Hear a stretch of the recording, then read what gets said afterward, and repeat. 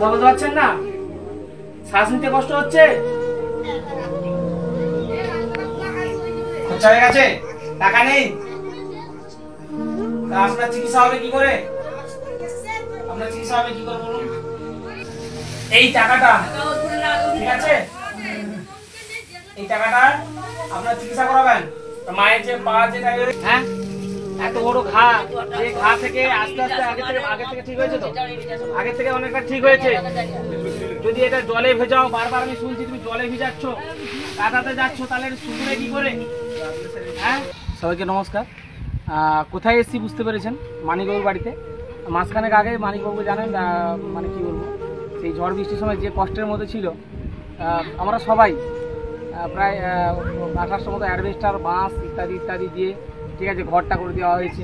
সেক্ষেত্রে এই যে পিন্টুদা দাঁড়িয়ে আছে, পিন্টুদার নেতৃত্বে ও স্থানীয় কিছু অর্থ উনি তুলেছিলেন, এবং হচ্ছে জীবনতলা মা মনসা, ওখান থেকে জীবনতলা থেকে ক্লাব কর্নার ক্যাটারার তারা বাঁশটা দিয়েছিল, এবং বাদবাকি যা ডেফিসিট ছিল প্রায় 28টা অ্যাডভেস্টার কিনে এই ঘরটা পুরোটা আমরা কমপ্লিট করছিলাম, ঠিকঠাক চলছিল।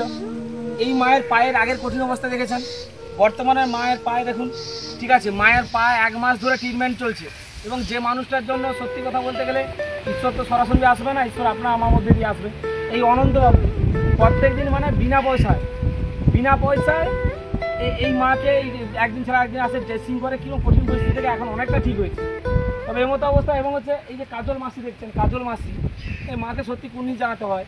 এই মা অসুস্থ, ওখানে দেখছেন মানিকবাবু তিনিও অসুস্থ, মানে বর্তমানে আমাকে একটু কঠিন পরিস্থিতিতে পিন্টুবাবু বারবার স্যার একটু আপনি এরকম অবস্থা, তাই আমি দেখতে আসছিলাম, স্কুল থেকে সোজা চলে এসেছি। এবং মানিকবাবুর হাতে আমার অরিন্দম ভাই এবং হচ্ছে রাজকুমার ভাই, ওরা আমার সঙ্গে সবসময় থাকে। হ্যাঁ, রাজকুমার জানেন, ওরা এতে থাকে, কেরালাতে থাকে। ওরা 3,000 টাকা পাঠিয়েছিল, সেটাও বাবার হাতে তুলে দিয়েছি, মানিকবাবুর হাতে তুলে দিয়েছি।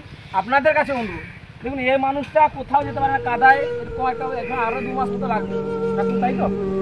এবং মানিকবাবুর এরকম অবস্থা, অসুস্থ, ঠিক আছে, ওনার অনেক একদম পুরো অসুস্থ, উনি এর বার্ধক্যজনিত যে সমস্যাগুলো হয়, ডাক্তারবাবু দেখছেন, এবার কঠিন পরিস্থিতি।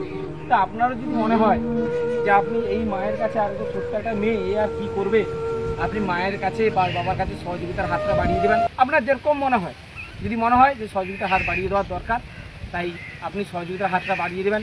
ঈশ্বর তো সরাসরি আসবে না, ঈশ্বর আসবে আপনার আমার মতো, তাই মানবতার হাতটা বাড়িয়ে দেন।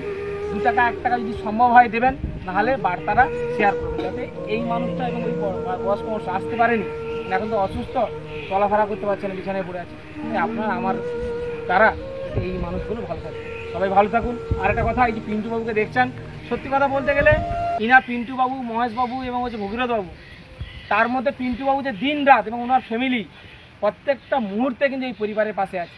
আর আমার এই ডান দিকে ইনার ডাক্তারবাবুর কথা যতটা কম বলবো ততই ভালো, ইনার অবদানকে আমি কুর্নিশ জানাচ্ছি।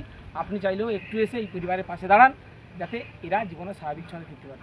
নমস্কার, সবাই ভালো থাকবেন। আসছি তাহলে, ঠিক আছে, নিজে দিয়ে খেয়াল রাখবেন, ডাক্তারবাবু সব সময় আছে, বুঝতে পারলেন তো?